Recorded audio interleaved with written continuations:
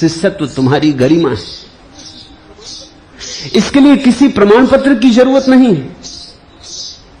इसलिए तो एकलव्य जंगल में भी जाके बैठ गया था। देखा, द्रोणाचार्य ने तो इंकार भी कर दिया था,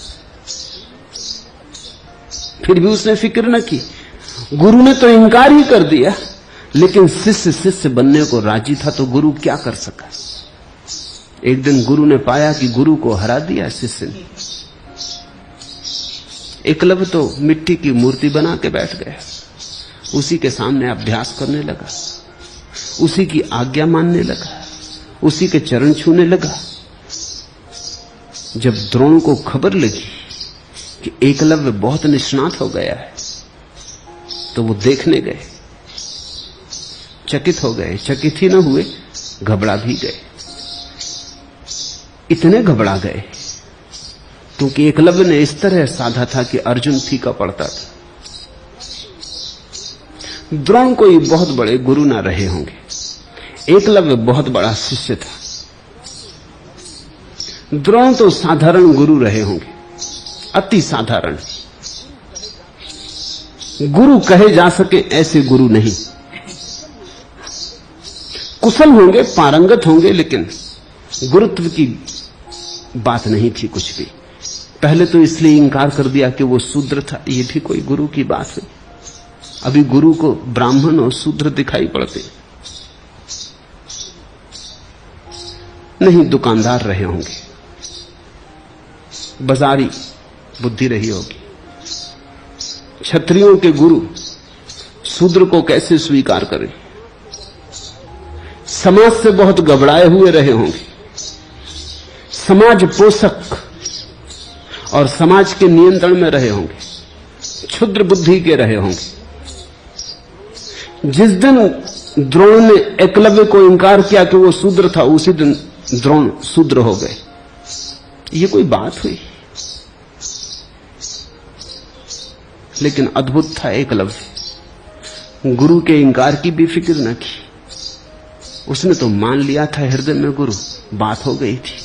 गुरु के इंकार ने भी उसकी गुरु की प्रतिमा खंडित न की। अनूठा शिष्य रहा होगा। और फिर बेईमानी की हद हो गई। एकलव्य को जब प्रतिष्ठा मिल गई और जब उसके कुशलता का आविर्भाव हुआ, तो द्रोण कप गए, क्योंकि वो चाहते थे उनका शिष्य अर्जुन जगत में ख्याति लब्ध हो।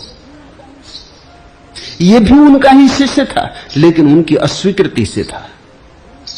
इसमें तो गुरु की बड़ी हार थी। गुरु जिसको सिखा सिखा के, प्राणपण लगा के सारी चेष्टा में संलग्न थे, वो भी फीका पड़ रहा था इस आदमी के सामने, जिसने सिर्फ मिट्टी की अनगढ़ प्रतिमा बना ली थी अपने ही हाथों से, और उसी के सामने अभ्यास कर करके कुशलता को उपलब्ध हुआ था।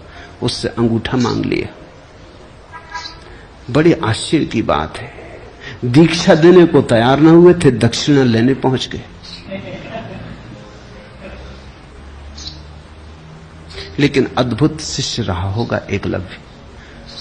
जिसने दीक्षा देने से इंकार कर दिया था, उसको उसने दक्षिणा देने से इंकार न किया।